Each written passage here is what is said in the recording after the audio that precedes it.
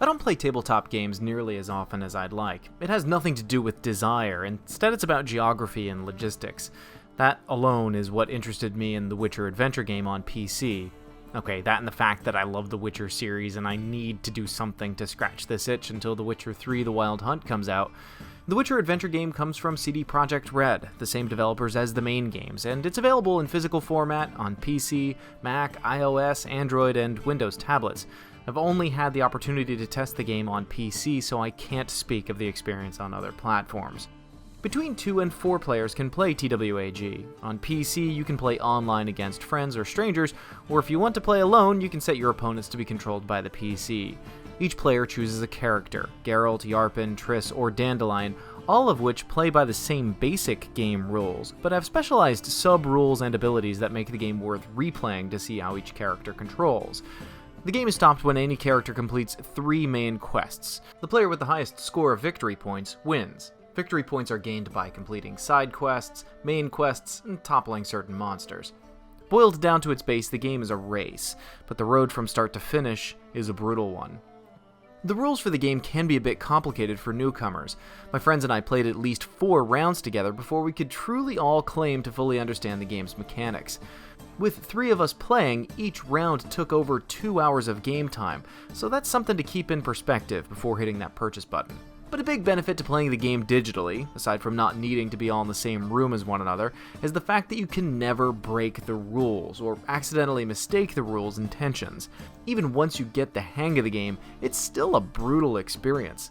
Luck plays just as much of a role as skill. I've played a game or 2 with a commanding lead, only to have one bad card punish my character's abilities, causing a ripple effect and landing me in a losing slot. And the game is fun. I wouldn't let the learning curve dissuade players.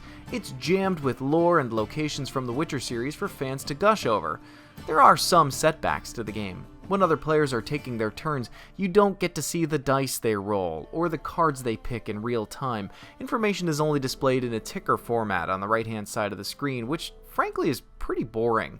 Also, the game board and the battles are pretty no-frills one-to-one adaptations from the physical game.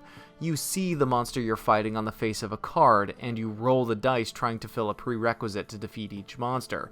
There's nothing artistic done here to push the game a bit further in the more flexible medium. Even Battle Chess has tiny animations. Something could have been done to enhance the video game versions. Other little things to keep in mind: you can play the game locally with friends and fill all 4 slots, but you can't fill 2 local slots and then fill the other 2 slots with players online. If you take the game online at all, everyone needs to have their own copy of the game, making a pair of couples playing together kinda weird. Playing alone against the PC is a good way to learn the rules of the game, but the PC doesn't put up much of a challenge, making solo play something most will only do once or twice. I'd only recommend picking up the game if some of your friends want to do the same. But aside from that, there's not a whole lot that can be said bad about the game. It's a board game, it's functional, it's fun, and you can play with friends from all over the world without having to meet face to face. The PC version is $10, while the physical version can be found anywhere between $45 and $60, so even if you pick up a few copies for some friends, it's still cheaper than the board alternative. On the other hand, the digital version lacks a bit of the intimacy of the physical copy, like being able to hand paint your pieces or creating drinking games out of it. Solo players can probably pass on this one unless you're the type of person that simply must have everything Witcher related in their lives. It's a decent game, and at a fair price too.